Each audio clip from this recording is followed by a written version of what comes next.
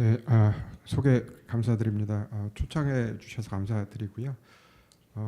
제가 바로 앞에 AI, 그 전 세션도 계속 AI 얘기 나왔었는데 저는 아주 베이직한 말씀을 드려야 될 것 같습니다.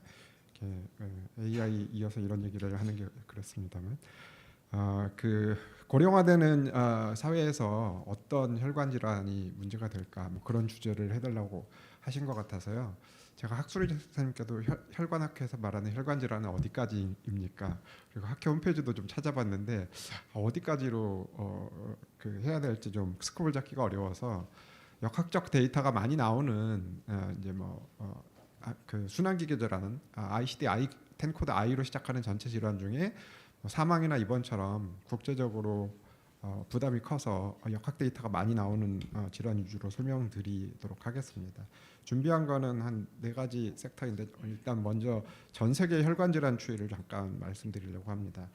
이게 그 미국 심장학회 저널인 JACC의 최근호에 발표된 논문인데요. 글로벌 버든 오브 디지즈라는 스터디에서 전 세계 이제 순환기계 질환으로 질병의 부담을 평가하는데 사망뿐만 아니라 이제 죽진 않아도 장애를 가지고 있는 사람들까지를 포함해서 달리라고 Disability Adjusted Life Year라는 개념입니다. 아시는 분도 아시겠지만 아주 개념적으로 간단히 설명드리면 예를 들면 심근경색이 와서 10년 빨리 죽었다 그러면 10년을 손해를 봤으니까 10년이고요. 그 다음에 죽지는 않았는데 자기 몸의 기능이 반밖에 못했다. 그걸 추정하는 방법은 여러 가지가 있습니다만 한 10년 동안은 정상 생활에 한 50%밖에 못했다 그러면 그건 5년으로 치는 겁니다. 그래서 일찍 죽어서 10년 로스, 그 다음에 살았지만 제대로 살지 못한 5년, 그럼 15년이 달리가 됩니다. 그것들을 전 세계를 다 더해 보면 4억 4천, 좀 이제 쉽게 말하면 5억 달리를 순환기계 질환 때문에 전 세계 사람들이 손해를 보고 있다. 그리고 그 발생 빈도가 전 세계적으로 엄청나게 16배 정도 차이가 난다. 매우 빨간 높은 지역도 있고 파란 낮은 지역도 있다. 전체적으로는 달리는 증가하고 있는데 우리가 혈관 질환들을 예방도 잘하고 관리도 잘 하고는 있는데 왜 이렇게 커질까? 거기서 이제 2가지를 했었는데요. 첫 번째, 우리가 리스크 팩터를 잘 관리해서 전체적으로 좋아지고는 있습니다. 근데 이제 지난 90년 이후로 보면은 한 1억 달리 정도가 더 증가했다고 추정을 하는데 우리가 잘 관리를 하고 예방을 해서 한 2억 달리 정도를 줄였어요. 그런데 인구가 늘어나서 한 3억 달리, 거의 한 3억 달리, 그 다음에 한 2억 달리 정도가 사람 숫자가 늘어났기 때문에 늘어났고요. 그 다음에 같은 숫자였는데 고령화가 돼서 또 한 2억 달리가 늘어났기 때문에 결국은 우리가 많이 노력을 했음에도 불구하고 한 20, 30년 전에 비해서 1억 달리가 늘어났다. 그 얘기는 앞으로도 계속 이 달리는 커질 수밖에 없다. 그래서 전 세계적으로 심혈관 질환은 엄청난 크라이시스를 가지고 있다. 우리가 못해서는 아니지만 고령화 때문에 부담은 커질 것이다. 그리고 지역 간 격차가 매우 커지고 있고 그래서 이거를 예방하기 위한 뭔가 대책이 필요하다. 그래서 이게 며칠 전에 이제 한 2주 전이군요. 그 중국에 있었던 학회에서 이 대학 에디터인 할랑 크로머츠 교수님이 우리 기본으로 돌아가자, 백투 베이직 하면서 3가지를 제시를 했습니다. 첫 번째 하이퍼텐션 컨트롤 잘하자. 두 번째 비만과 당뇨에 대해서 뭔가 시급한 대책이 필요하다. 그리고 보건의료 체계를 강화해야 된다. 그러면서 여러 번 강조했던 게 한국을 봐라. 한국은 잘하고 있다는 얘기를 했습니다. 우리가 한국만큼 하면 줄일 수 있다는 얘기들을 했었습니다. 그래서 왜 그런 얘기를 했는지 잠깐 보여드리도록 하겠습니다. 이게 2023년 최근 데이터 기준으로 순환기계 질환 사망률입니다. 사망률을 보시면 제일 높은 지역은 동유럽 그리고 러시아 지역, 구소련 국가들이 다 높습니다. 근데 우리나라는 한 140이고 중국은 300, 일본이 우리보다 한 2배 높죠. 이거 인구 구조 때문입니다.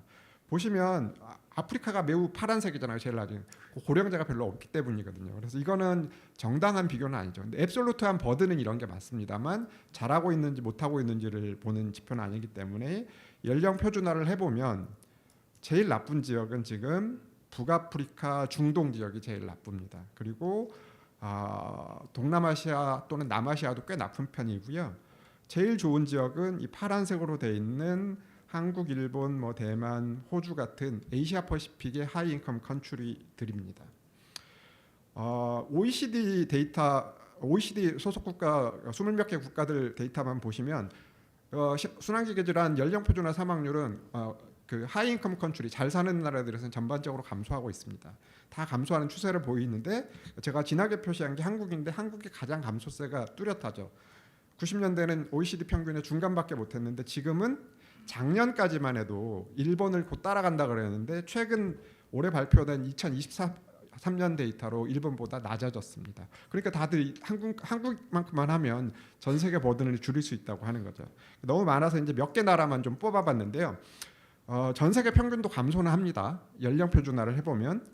그런데 중국이 거의 전 세계 평균 정도 하고 있고요. 인구가 엄청나게 많은 인도, 인도네시아 같은 경우는 평균보다도 높아지기 때문에 엄청나게 버든이 커질 겁니다.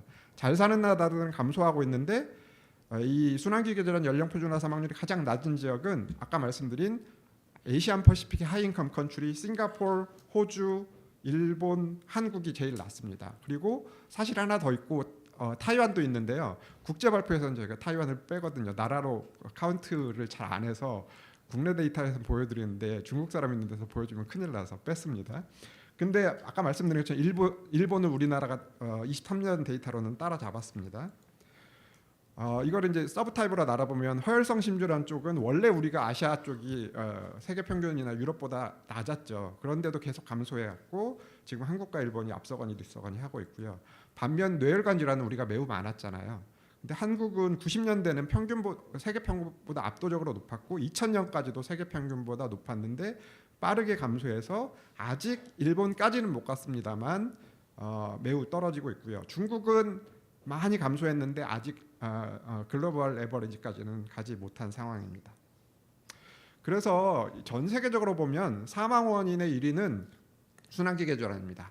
아프리카도 1위, 아메리카도 1위가 순환기계 질환, 유럽도 1위가 순환기계 질환, 아시아 호주도 1위가 순환기계 질환인데 아시아에서도 뭐 중국이나 인도 같은데 그런데 아까 말씀드린 싱가포르, 재팬, 코리아 여기다 하나 더 타이완 3개 또는 4개 지역만 순환기계 질환이 2위고 암이 1위가 된 암이 늘었다기보다는 순환기계 질환 사망률을 많이 줄였기 때문입니다.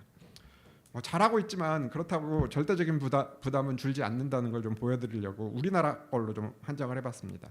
우리나라의 전체 순환기계 질환 사망률 이거는 연령 표준화를 하지 않았습니다. 물론 우리가 잘못한 건 아니지만 고령화 때문에 증가하는 건 증가하는 거지만 버든 자체는 증가하기 때문에 대책은 필요하죠. 전체적으로 감소하다가 2010년대부터 다시 증가세로 돌아섰습니다. 뇌혈관 질환은 줄었는데 허혈성 심줄환 사망률이 한 2010년까지 증가했고요. 그 다음부터는 조금 감소세가 주춤했는데 그와 동시에 신부전이 치고 올라가기 시작했습니다. 조금 더 보기 쉽게 그냥 절대 숫자를 이렇게 차트로 보여드리면 90년대, 2000년대 초반까지만 해도 전체 순환기계 질환 사망의 절반 이상이 뇌혈관 질환 하나로 다 됐었습니다. 근데 허혈성 심줄환이 빠르게 증가하다가 한 2010년부터는 그거는 안 증가하는데 신부전이 빠르게 증가하고 있어서 허혈성 심줄환과 신부전을 합치면 뇌혈관 질환이나 비슷하거나 조금 더 많은 고혈압도 증가하고 있고 최근에는 이제 부정맥도 증가하고 있습니다. 그래서 지금은 심장 쪽이 뇌혈관 질환보다 훨씬 많아지는 그래서 이런 순환기계 질환 내에서도 버든의 패턴들이 달라지고 있습니다. 근데 지금까지 보여드린 거는 전 세계적으로 보여줄 때 보통 사망 데이터를 보여드리는데 사망 데이터가 캐치하기가 쉽기 때문인데 사망은 질병의 부담의 전체를 평가하기는 어렵습니다. 왜냐하면 죽지 않은 사람들은 카운트되지 않고 그다음에 생존한 사람이 또 2번, 3번 발생할 수도 있는데 그런 것들이 카운트되지 않기 때문에 발생 규모를 파악해야 되는데 발생 규모 파악은 생각보다 쉽지는 않습니다.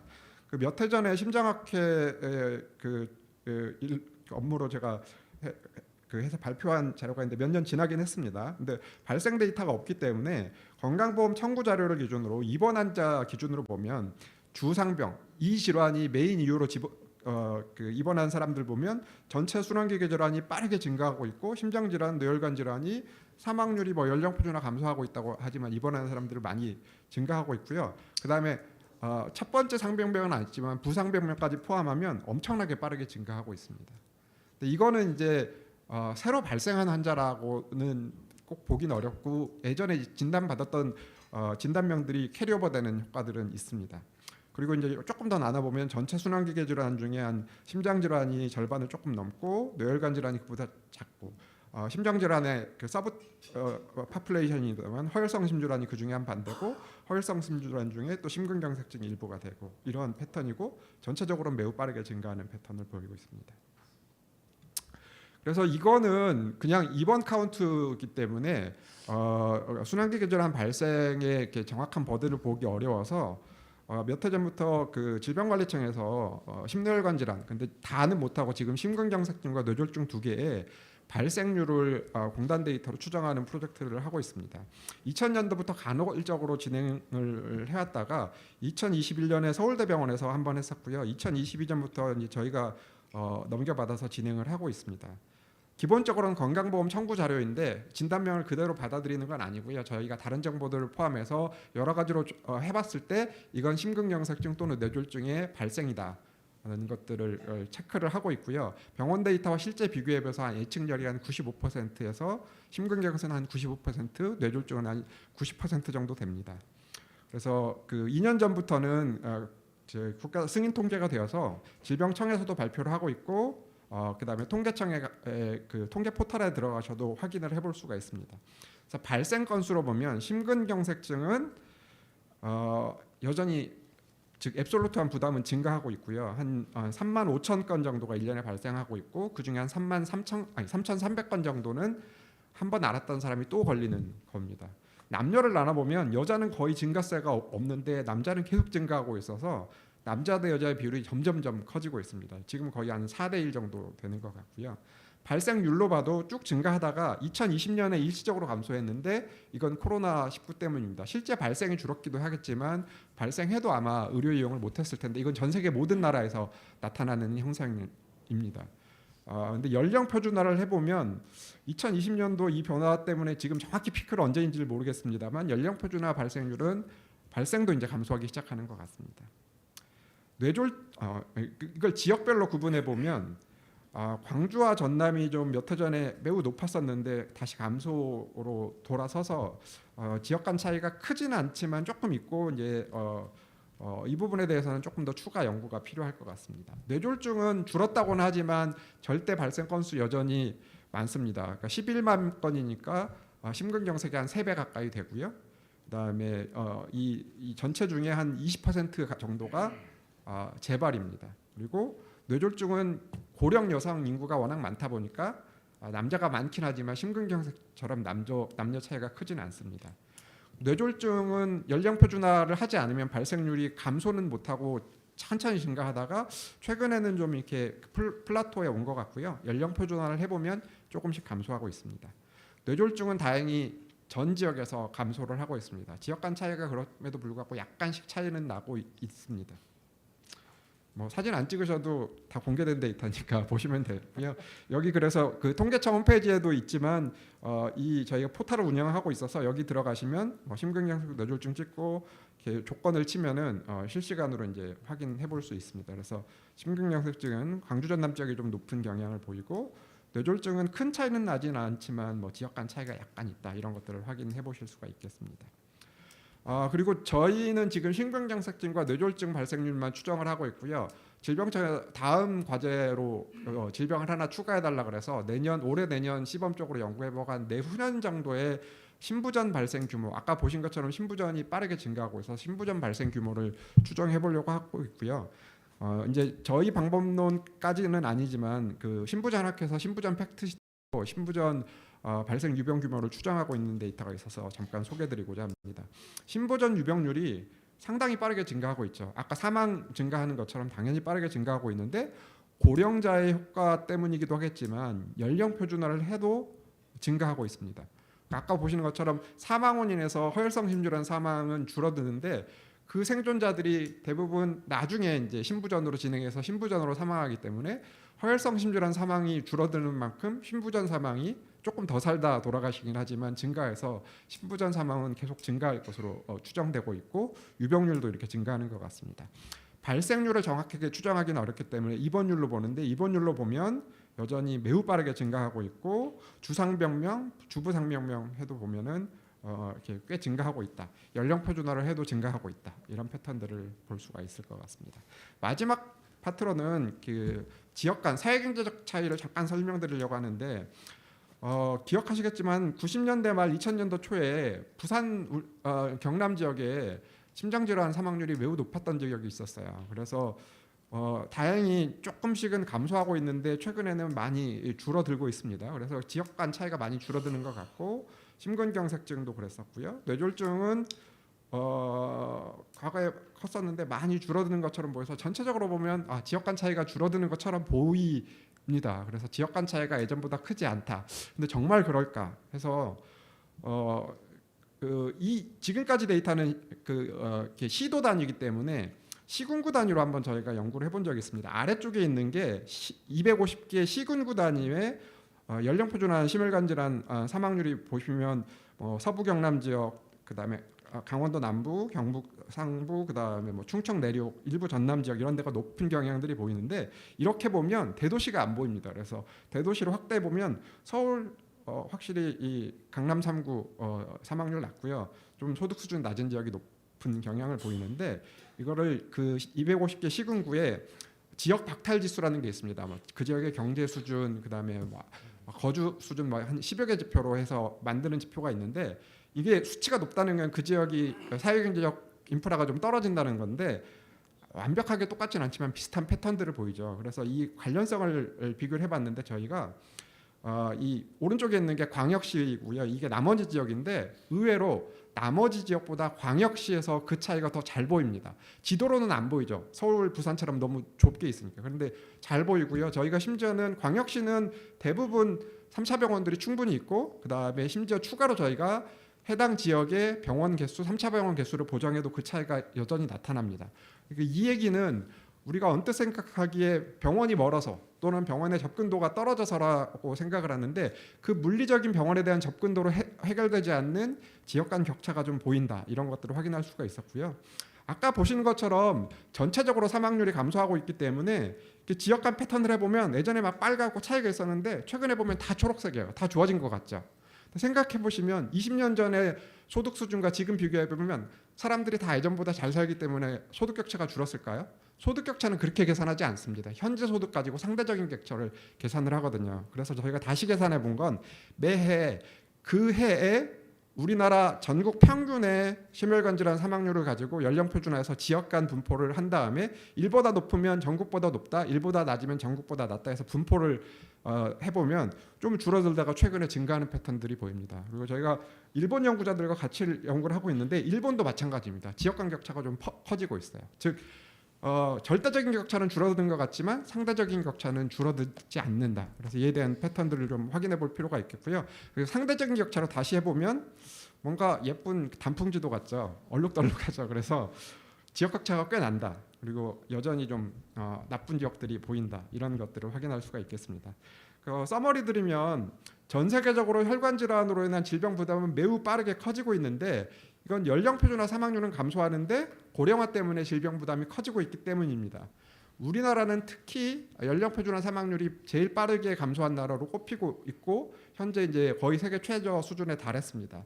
그렇지만 우리나라에서도 혈관 질환의 발생 규모는 오히려 커지고 있고 그다음에 인구 구조의 고령화에 따라서 혈관 질환의 서브 타입이 좀 바뀌고 있는데 특히 신부전 같이 또 그다음에 부정맥 같이 그런 질환들이 좀 빠르게 증가하고 있어서 그에 대한 대책이 필요하다는 것과 추가로 심혈관 질환의 사망률의 지역 간 격차가 감소하는 것처럼 보이지만 그건 절대적인 격차, 전반적으로 좋아졌기 때문이고 상대적인 기준으로 보면 격차가 오히려 커지고 있다. 근데 이게 상대 격차가 맞는지 절대 격차가 맞는지는 모르겠습니다. 심지어는 빈부에서도 그렇거든요. 절대 빈곤율이 중요하냐, 상대적인 빈부 격차가 중요하냐. 그래서 둘 다 봐야 될 필요가 있겠다.